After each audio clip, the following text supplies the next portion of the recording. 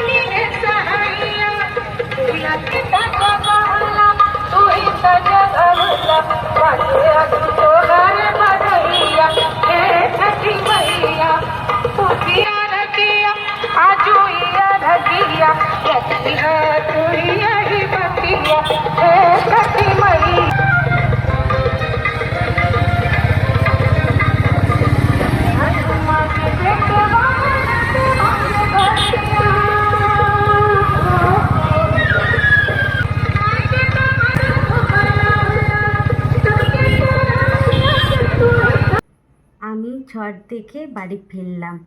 ছট দেখতে গেছিলাম, কিন্তু ছটবর্তীরা উঠে চলে গেছেন, অনেকটাই লেট হয়ে গেছে যেতে। তাই লাইটগুলো আর মেলাটা দেখে এলাম।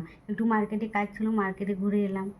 ছট তো দেখা হয়নি, কিন্তু মেলাটা দেখে এলাম।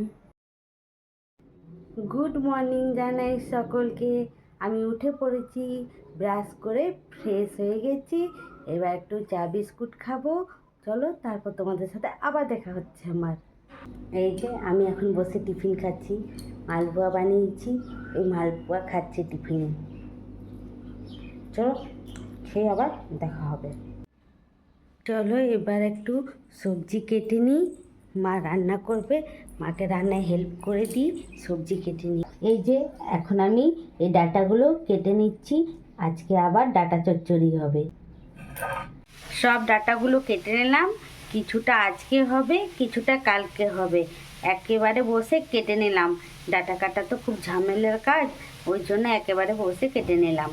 মা এখন রান্না করছে আলু বেগুনের সবজি, ভাত, এখানে পাট শাক, আর এখানে আছে ডাল। আজকের মেনু হচ্ছে, আর ডাঁটা চচ্চড়ি হবে। আমার স্নান হয়ে গেছে, চলো লাঞ্চ করে দেখা হচ্ছে আবার। লাঞ্চে আজকে কি কি আছে দেখে নাও। লাঞ্চ করে একটু রেস্ট নিচ্ছিলাম, এখন উঠে এখন কাপড়গুলো গুছিয়ে নিচ্ছি। যে কাপড়গুলো কাচা হয়েছিল ওগুলো গুছিয়ে ভরে নিই। এই যে এখন আমি প্রসাদ গ্রহণ করব। একটা আঙ্কেলের গ্রামে ভাগবত পাঠ হচ্ছিল, ওখান থেকে আঙ্কেলটা প্রসাদ এনে আমাদের দিয়েছেন। এখন প্রসাদটা গ্রহণ করি। বিকেলে টিফিন করে নিয়ে একটু সিঙ্গারা জিলাপি। এখন আলু কাটছে আলু ভাজার জন্য। রাত্রের ডিনারে রুটি, আলু ভাজা আর ডাল আছে, আর দিনের সকালে একটু সবজি রাখা আছে।